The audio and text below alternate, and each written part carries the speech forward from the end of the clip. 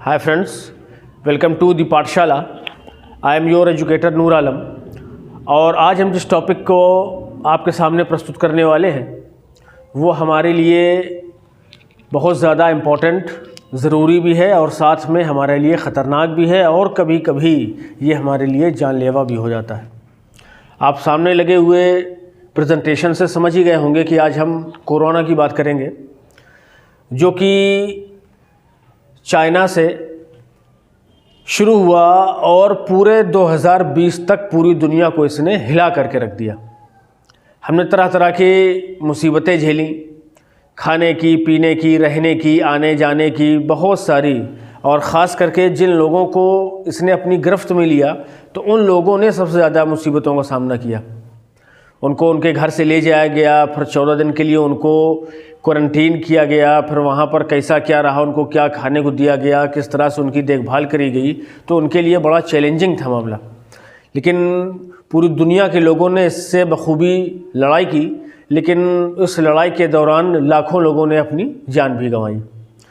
अब आज हम इसकी बात क्यों कर रहे हैं, जबकि ये तो 2020 की बात है और क्योंकि 20 का आखिर चल रहा है और 2021 आने वाला है। लेकिन इसी टाइम में एक और बात क्या आ गई है सामने कि इंग्लैंड में इसी कोरोना का एक नया वेरिएंट सामने आया है जिसको VUI 202012/01 के नाम से जाना जा रहा है, या इसको कुछ लोग UK स्ट्रेन भी कह रहे हैं। देखिए होता क्या है, अब क्योंकि कोरोना जैसा कि हम जानते हैं कि वायरस से फैलता है और वायरस में ख़ास बात या उसकी एक विशेषता कह लें कि वायरस अपने म्यूटेशंस यानी कॉपीज़ को बनाता हुआ चलता है। म्यूटेशन से क्या मतलब है, जब वायरस एक जगह से दूसरी जगह, एक स्थान से एक इंसान से दूसरे इंसान में पहुंचता है तो उसकी जो फीचर्स होते हैं, जो कैरेक्टरिस्टिक्स होती हैं, उसमें कुछ ना कुछ परिवर्तन होता रहता है। यही आपका म्यूटेशन कहलाता है, या आप इसको जेनेटिक सीक्वेंस भी कह सकते हैं कि उसके जीन में कुछ ना कुछ बदलाव होते रहते हैं। अब इस केस में क्या हुआ है कि ये जो कोरोना, जिसको हम इस तरह के स्वरूप में देखते हैं कि उसमें ऊपर स्पाइक्स सी निकली हुई हैं जो सतह की प्रोटीन कहलाती है, ये जो कोरोना था ये उतना ख़तरनाक नहीं था जितना इसका ये नया वेरिएंट है। वो क्यों है?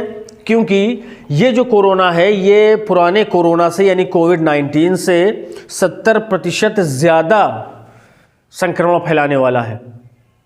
70% ज़्यादा, यानी उससे 70% ज़्यादा गति में फैलता है। और इसमें एक और ख़ास बात क्या है कि इसके जो स्पाइक्स हैं, जिसके लिए हम लोगों ने वैक्सीन, हमारे वैज्ञानिकों ने वैक्सीन तैयार करी है इनके स्पाइक्स को ही ध्यान में रख करके, क्योंकि इनके जो भी म्यूटेशंस होते हैं वो स्पाइक में ही पाए जाते हैं। तो अब जो हमारी मौजूदा वैक्सीन है वो कारगर है फ़िलहाल, जो हमारा कोविड-19 है। लेकिन ये जो नया वेरिएंट आया है जिसको UK स्ट्रेन कहा जा रहा है, इसमें इसके कारगर न होने का भी अंदेशा है। और वो इसलिए है, अगर हम डॉक्टरों की बात माने, विशेषज्ञों की बात माने, तो इस नए वेरिएंट में इसके स्पाइक में 17 से 23 म्यूटेशन वहीं पे पाए जा रहे हैं, उसके खुद स्पाइक्स में। ये समझ लीजिए स्पाइक क्या होता है, उसको समझ लीजिए। कोशिका में जो स्पाइक होते हैं वो दूसरे कोशिका के स्पाइक से जा कर के अटैच हो जाते हैं और इससे जो है कोशिकाओं का जो कार्य करना है, जो फंक्शन है, वो बहुत अच्छे से होना शुरू हो जाता है। अब यही जो स्पाइक्स हैं ये कोरोना में भी हैं और वो क्या कर रहा है कि कोशिकाओं को बहुत तेज़ी से पकड़ रहा है, उनको और तेज़ी से संक्रमित कर रहा है और उनके अंदर घुस करके अपनी बहुत सारी कॉपीज़ बना रहा है, जिससे हमारे सेल को, हमारी कोशिकाओं को, हमारे पूरे शरीर को बहुत ज़्यादा ख़तरा है। तो पहले हम इसका चलिए इंट्रोडक्शन देख लेते हैं। जो हमारा पुराना मामला था कि चाइना में हमें ये 17 नवंबर को सुनने में आया कि 17 नवंबर 2019 को वुहान में पहला मामला आया। फिर चाइना के बाहर की अगर बात करेंगे तो 13 जनवरी थाईलैंड में पहला मामला। अब अपने इंडिया की बात करेंगे तो 30 जनवरी को हमने केरला में पहला मामला अपने यहाँ दर्ज किया था। अब ये जो नया स्ट्रेन है जो कि सितंबर में इंग्लैंड में पाया गया है, ये इतना ज़्यादा ख़तरनाक है कि वहाँ के जो नए मरीज़ हैं वो 2/3 इसी नए स्ट्रेन से ही पीड़ित हैं, ग्रसित हैं, ये समझ लीजिए। और ये इतनी तेज़ गति से बढ़ने वाला है कि इससे बहुत ज़्यादा बचने की ज़रूरत है। इसलिए वहाँ के जो प्रधानमंत्री हैं मोरिस जॉनसन, उन्होंने तुरंत जो है लॉकडाउन लगाया और सड़कों में, मार्केट्स में इस तरह का पूरी तरह से सन्नाटा पसरा हुआ है अभी से। और अच्छा, कुछ लोगों में खासी वहाँ नाराज़गी भी है इस बात को लेकर के कि जब आपको पता था पहले से कि लॉकडाउन लगाना होगा, क्योंकि मामला तो सितंबर का है, अब आप इस मौके पर क्यों लगा रहे हैं जबकि क्रिसमस 2 से 3 दिन के बाद में आने वाला है। तो उनकी आलोचनाएं भी की जा रही हैं।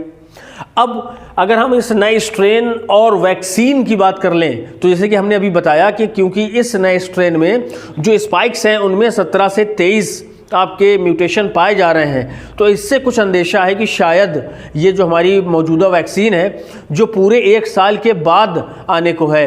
और एक ख़ास बात क्या है कि अभी पिछले 2 दिसंबर को इंग्लैंड ही दुनिया का वो पहला देश बना है जिसने इसको ऑफिशियली रिकॉग्नाइज किया है वैक्सीन को, और वहाँ वैक्सीन लगना भी शुरू हो गई हैं। उसके बाद इस तरह का नया स्ट्रेन आना और इस तरह के म्यूटेशन का सामने आ जाना ये हमारे लिए ख़तरे से खाली नहीं है। इसीलिए वहाँ पर तत्काल प्रभाव से लॉकडाउन लगाया गया। और जब लोगों ने सुना कि लॉकडाउन लग रहा है तो वहाँ बड़ी आपाधापी, लोग अपने दोस्तों में, रिश्तेदारों में, परिजनों में जाना शुरू हो गए कि अगर पता नहीं कितने दिन लॉकडाउन होगा, हमें किस तरह से रहना पड़ेगा। अब क्योंकि लोग पिछला वाला लॉकडाउन का पूरा एक्सपीरियंस लिए हुए हैं, इसलिए उन्होंने इससे बचना ज़्यादा बेहतर समझा। तो इसमें और जो विशेषज्ञ हैं वो ये कह रहे हैं कि कहीं ये जो लोग इंग्लैंड से यहाँ वहाँ दूसरी कंट्रीज़ में या शहरों में, लंदन में, अलग अलग शहरों में जाने की कोशिश कर रहे हैं, कहीं ऐसा ना हो कि ये नए वेरिएंट को लेकर के वहाँ पहुँच जाए और ये सुपर स्प्रेडर का काम करें, कि उनके द्वारा वहाँ पहुँचे और फिर वहाँ जो है और ज़्यादा से ज़्यादा लोग जो है वो संक्रमित हो जाएं।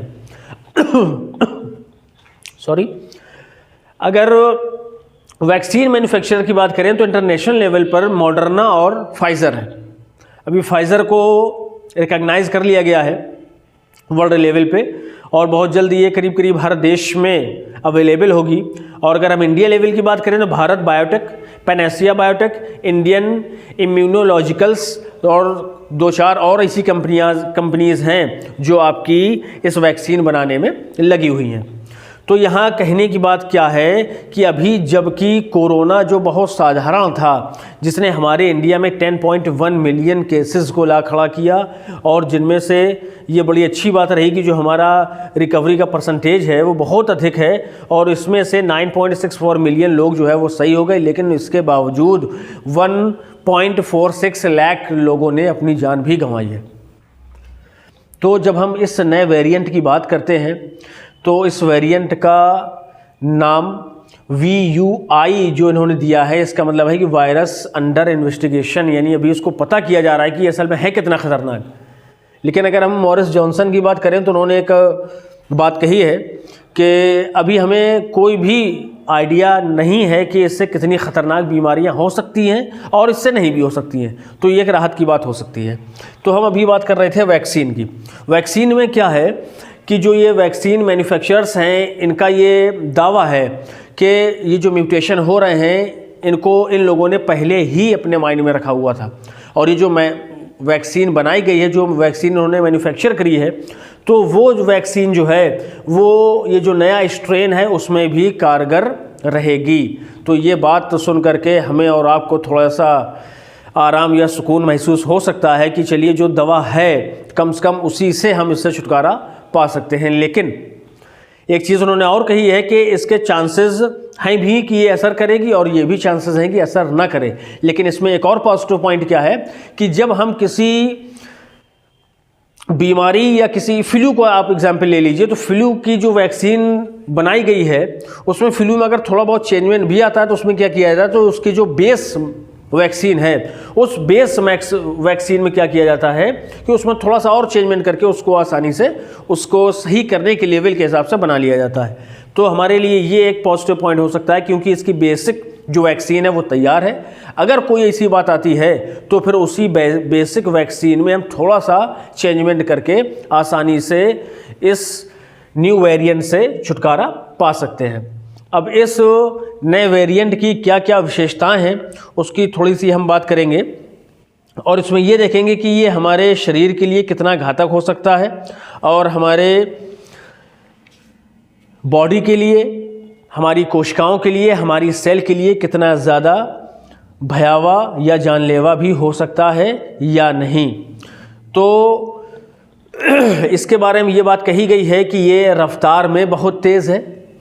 पिछले कोरोना से 70% ज़्यादा संक्रामक है और ये कोशिकाओं के भीतर घुस करके उन एंटीबॉडीज़ से बचने की भी क्षमता रखता है जो इस कोरोना से संक्रमित होने के बाद लोगों के शरीर ने बनाई थी। तो ये भी थोड़ा सा हमारे लिए चिंता का विषय हो सकता है कि जो एंटीबॉडीज़ हैं, अगर ये उनसे भी बचने की क्षमता रखता है तो ये हमारे लिए और भी घातक हो सकता है। तो इससे बचने के लिए लॉकडाउन इंग्लैंड में लग चुका है और सरकार ने, गवर्नमेंट ने, वहाँ के प्रधानमंत्री ने कह दिया है कि स्टे एट होम, घर पर रहिए, आराम से रहिए और जो भी दिक्कत परेशानी हो थोड़ा बहुत सा उसको एडजस्ट कीजिए ताकि हम इस जानलेवा बीमारी से लड़ सकें। और इन बातों को ये भी कह करके समझा जा सकता है कि 2, 4, 10 दिन या 1 महीना में अंदर रह करके कम से कम बाकी की ज़िंदगी तो सुकून से गुजार सकते हैं, क्योंकि जान है तो जहान है। बड़ी अच्छी सी बात किसी समझदार विद्वान ने कही है जिसे हमें ध्यान में रखना चाहिए।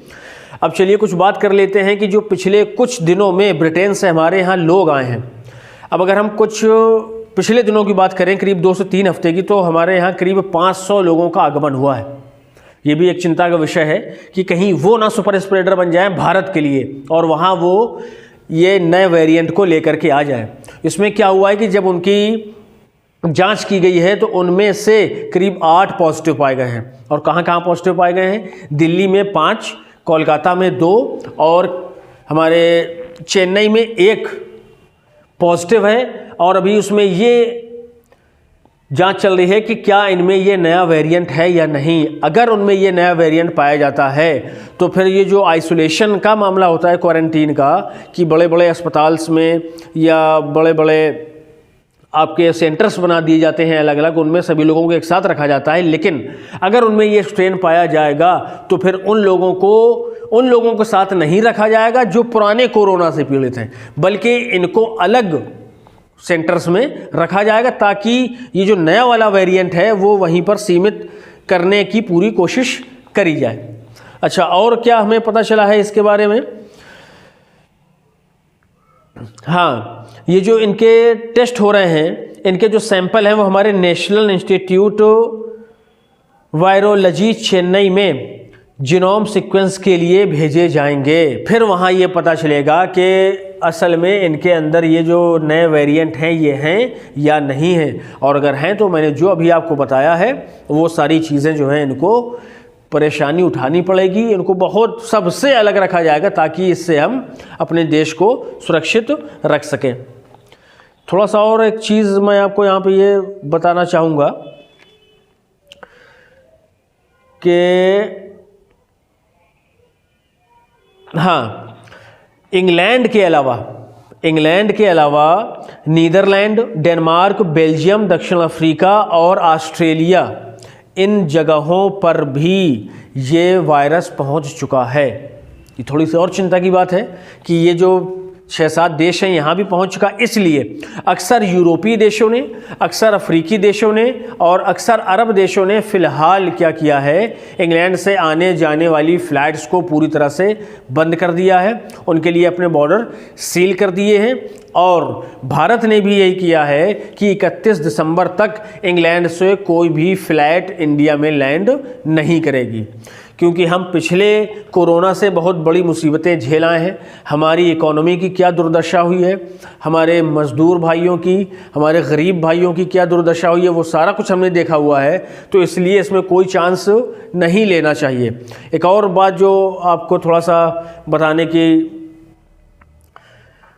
मैंने सोची थी वो क्या है कि 26 जनवरी को जो हमारे आपकी चीफ गेस्ट हैं वो इंग्लैंड के ही प्रधानमंत्री बोरिस जॉनसन हैं। तो ये भी थोड़ा सा चिंता का विषय हो सकता है कि अगर प्रधानमंत्री आएंगे तो मानी सी बात है कि उनका मंत्रिमंडल खैर पूरा ना होगा तो कुछ मंत्री होंगे, उनके असिस्टेंट होंगे, उनके पीएज होंगे या उनके कुछ आपके जो और लोग उनके सुरक्षा गार्ड होते हैं या उनके ऑफिशियल जो लोग होते हैं वो भी साथ में हो सकते हैं, तो इससे भी हमें थोड़ा सा ख़तरा हो सकता है। इसलिए सरकार से मैं ये निवेदन करना चाहूँगा सारे भारत के लोगों की तरफ से कि वो थोड़ा सा इसके बारे में विचार करें कि अगर उनसे बात कर ली जाए कि आपके यहाँ अगर ऐसी कंडीशन है तो क्या आप यहाँ आना पसंद करेंगे, ताकि हमारे उनके रिश्ते जो भी हैं वो ख़राब भी ना हो और हमारी बात भी बन जाए। ठीक है फ्रेंड्स, तो ये जो नया वेरिएंट है इससे बहुत ज़्यादा बचने की ज़रूरत है, बहुत ज़्यादा ये ख़तरनाक है पिछले वाले से। तो कोशिश ये करें कि आइसोलेट रहने की कोशिश करें। अगर सरकार कोई गाइडलाइन देती है तो उसको पूरी तरह से फॉलो करने की कोशिश करें। उम्मीद करता हूँ कि ये आप नए वेरिएंट के बारे में पूरी बातें समझ गए होंगे। अब कोई अगर नया अपडेट आता है तो मैं फिर आपके सामने आऊँगा। इस सेशन में, इस वीडियो में बस इतना ही। आपसे चलते चलते फिर एक रिक्वेस्ट है कि वीडियो को लाइक करें, शेयर करें और चैनल को सब्सक्राइब करें और हमारे साथ पूरे तन मन धन से जुड़ जाएं, ताकि कुछ भी नया अगर होता है इस तरह का अपडेट तो वो आपके सामने तुरंत आ जाए। और इसके अलावा जीएस सब्जेक्ट्स के वीडियोस को कंटिन्यू देखने के लिए भी हमारे चैनल को आप सब्सक्राइब कर सकते हैं। मिलते हैं अगले वीडियो में। Till then, bye bye, take care, have a nice day.